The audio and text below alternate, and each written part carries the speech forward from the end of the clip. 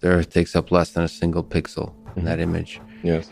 Appearing as a tiny blue dot. And you can see it. This is looks like more than a dot, but it is in fact less than a pixel. This is where we live, on a blue dot. Look again at that dot. That's here. That's home. That's us. On it, everyone you love, everyone you know, everyone you've ever heard of, every human being who ever was, lived out their lives. The aggregate of our joy and suffering, thousands of competent religions, ideologies, and economic doctrines. Every hunter and forager, every hero and coward, every creator and destroyer of civilization, every king and peasant, every young couple in love, every mother and father, hopeful child, inventor and explorer. Every teacher of morals, every corrupt politician, every superstar, every supreme leader, every saint and sinner in the history of our species lived there. On a mote of dust suspended in a sunbeam. Our planet is a lonely speck in the great enveloping cosmic dark. In our obscurity, in all this vastness, there is no hint that help will come from elsewhere to save us from ourselves. The Earth is the only world known so far to harbor life. There is nowhere else, at least in the near future, to which our species could migrate.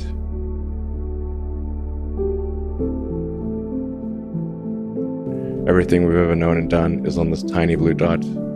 People also get too trapped in their squabbles amongst humans, and they don't think of the big picture. And they take civilization and our continued existence for granted.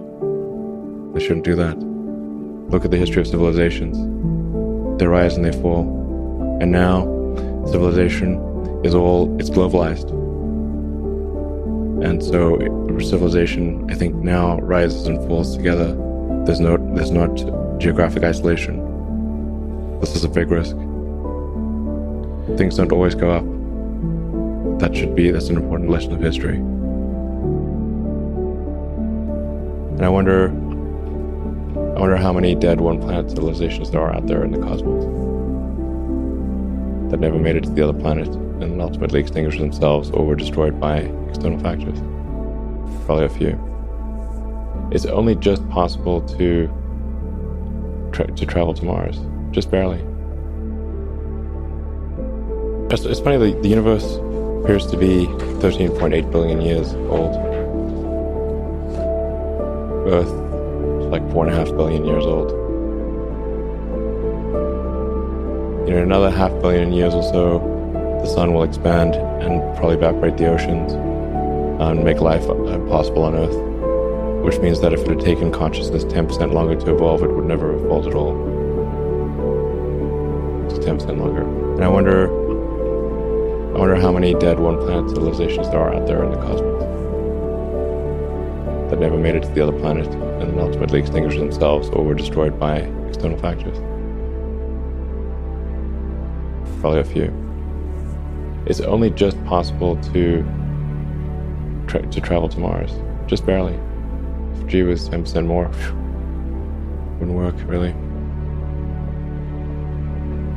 If G was 10% lower, it would be easy.